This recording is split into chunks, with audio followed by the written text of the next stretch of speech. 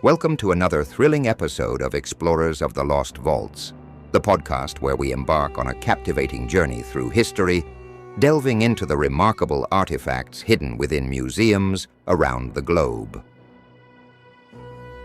Sponsored by Bible Interact. With your host, Dr. George Sparks, who will guide you through tales of discovery, mystery, and wonder.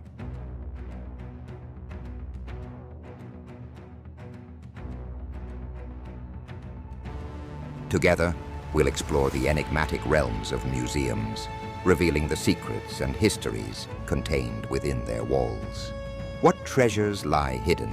What stories do these artifacts have to tell? Buckle up, because this journey is sure to be an exhilarating ride.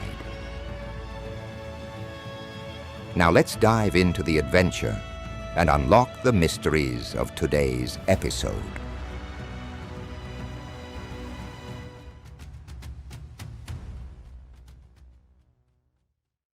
Well, welcome to the program, people. We got a really cool subject today. It is called the Jesus boat, but it's also called the Galilean boat.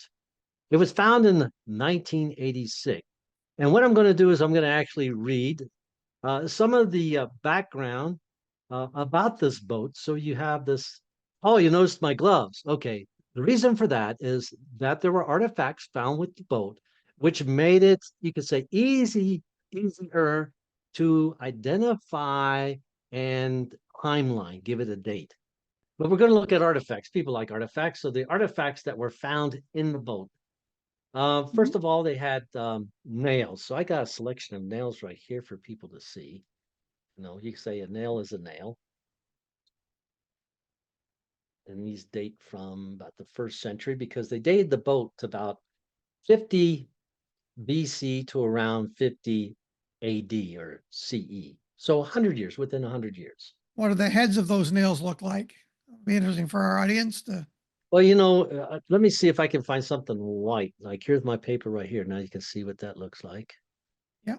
And another section of nails. This is what it looks like. Yeah. You can see it. So they're square, Also, not round. fishing hooks. Yeah, fishing hooks. You can see what it looks like to the paper. Kind of like fishing hooks that we have today. Here's 2 of them. There, that's not good. It's kind of hard to get a grip on it with these gloves. But so they found nails and fishing hooks. Also a lamp, but this is a Herodian lamp. Mhm. But the lamp, David, that they actually found on the boat is called a Sabbath lamp. And it's different because on the Sabbath day, you know, if you filled your lamp, that was forbidden because that was work. So this outer part right here, you can see the circular part. It actually had a rim around it that was quite a bit higher, about that much higher. So it had an extra storage of olive oil, which they used for fuel. So it was called a Sabbath lamp. That's what was found in the boat. What is this right here? It's a Herodian lamp. And it's not that Herod and his sons and his grandsons were making lamps. It's just the Herodian period. So Right. when we look at the lamps, it still was very, very similar to this Herodian lamp, except of the reservoir is much, much higher because it's a Sabbath lamp. I just thought that was interesting because that was in the boat. All right. Third thing is arrowheads. Now, once again, I'll have to show you this compared to the paper. Now, these are Roman arrowheads.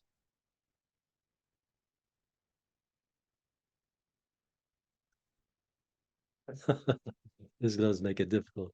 But anyway, an arrowhead's an arrowhead, pretty much. Let's see if I can do it like this.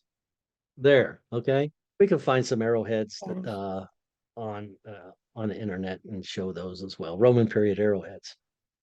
But this is interesting because not all of the articles that refer to the artifacts found on the boat, in the boat, mentioned arrowheads. And I thought that was unusual because if there's arrowheads, it might be evidence of the first Jewish revolt where the Romans laid siege to the cities around a town called Migdol. Now we know Migdal in the New Testament because Mary of Magdala. Many people think that's her last name, like my name is George Sparks or David Graves. No, she's identified with the location from where she was from. Mary of Magdala, and Migdal in Hebrew actually means tower. So it seems like it's identifying with a harbor, which makes sense because the way the Jewish population left the west side of the Sea of Galilee, trying to flee the Roman army that was heading their way, is they got on boats and sailed out, rowed out into the Sea of Galilee, out as far as they could go. However, the Romans followed them, and according to Josephus, he uses pretty much the word, it was slaughter. And the fact that they found arrowheads, now I'm going to say found arrowheads, because for some reason, not all articles label these among what was excavated.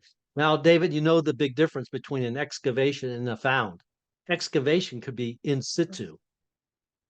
All these items found in situ, but maybe not the arrowheads. And we can just suppose maybe the reason for this is that we had teams. We had the archaeologists and we had the people from the kibbutz, and the Israel Antiquity Society was there. But now, generally, people from the kibbutz might not be archaeologists, and they were there to help move buckets because they're in a hurry. Could it be that these were removed from the location and we're not sure? So they were found, but they were not excavated in situ. Does that make sense for the listening Yeah, audience? in location, Yeah. So maybe that's why they're not in listed place. among excavated items. But the fact that in some articles they were found might be evidence that this boat was one that fell during that Roman siege of the cities around Magdala. Okay. Now, 1, 2, 3, 4 items. The fifth item that we're going to talk about is cooking pots. Now, I didn't have enough room here to handle the cooking pots. I got to give them some room because there's different styles of cooking pots, and there's a certain selection, a certain in type style that was found in the boat. All right, and we're going to look at that first. Okay. Now, this is a particular style of cooking pot. Now, there is no way, that there's a patent on making cooking pots in the ancient world. Whatever works best for a cooking pot. Now, it could be at one time, this particular, you can see the bottom of it and the striations of how it was made on the potter's wheel. Typically a Herodian style, Roman period style that continues into the Byzantine period. Very, very similar. And this curvature right here that we have below the handle. Okay, so we got the rim. If it goes inside, then we call it inverted. If it goes outside, we call it everted. So this is an everted rim. And the handle begins at the rim and it goes down to what we might call the shoulder of the vessel. But the fact that this has a sharp turn, we could call this a carination. A cooking pot with a carination. We see this a lot during the Middle Bronze Age artifacts. I don't want to get off subject, but we're learning some different archaeological terms and how we describe pottery. And the people that used them usually were extroverts. Okay, but that's interesting. We call it like inverted and then everted. Why is it everted? Do you think it's outverted? But let's look at some other cooking pots from that period. I gotta be careful, man. I don't want to bust these. These are 2,000 years old. Extremely rare. Check this one out from the museum. Oh, that's in good shape. Bottom, very similar. Handles are different. Remember the other handles were actually, you could say like they were like a vertical. Right. These are horizontal. Horizontal, yeah. But the style of the handle is still the same. It's just horizontal. But what's unique about this vessel right here? I excavated a couple of those at Tel Hammam in the Roman area. But did you get the lid? Yeah, we did have some lids, but not a complete one. They were broken. Look at this lid though. Isn't this cool? Isn't it cool? Look at how perfect this is. Excellent. That means the lid has to be made to fit the vessel. So this is a complete cook, and be still listed as a cooking pot, but a Casserole different dish. style. Casserole dish. Okay, but then usually, but when we talk about cooking pots, I'm going to show you a third style, and by far the most common. Right. Yeah, we've Once got again, the lots of bottom, those very, very samples. similar. Once again, the handles again Yeah, are vertical. Notice that it doesn't have a carenation to it. It's round. right. Out of if somebody was going to say, I found a Roman cooking pot, then this was the type that would come to mind. All right. Yeah, we've So got I'm lots showing of you samples of those rims and handles from our site. Yeah. because I think two of the most common types of artifacts would be your cooking pots. You got to eat and you got to see. So a lamp. These are very, very common. And it's one of the easiest ways to identify the time period of which you're excavating as well. Yeah. We also had lots of crack pots around too. Oh, funny guy here today, a crackpot. And I appreciate the humor, I do. But here at the museum, we tried to avoid cracking any pots. We want them intact. That's right. So to the listening audience, once again, 3 cooking pots, different styles of cooking pots within the last half of the 1st and 2nd century BC AD. Very similar, the other two, to what was found in, I'm just going to call it the Jesus boat or the Galilean boat, which you can see when it becomes available again at kibbutz North Gennesaar. Now why is it north? Because it's north of the Sea of Galilee. All right. I go back, I don't want to confuse people, but we could list it again if that's fine. Number 1, we found the nails, excavated the nails, excavated the fish hooks. Once again, excavated for sure an oil lamp. Once again, the one they found was a Sabbath lamp. This is just a plain Herodian lamp.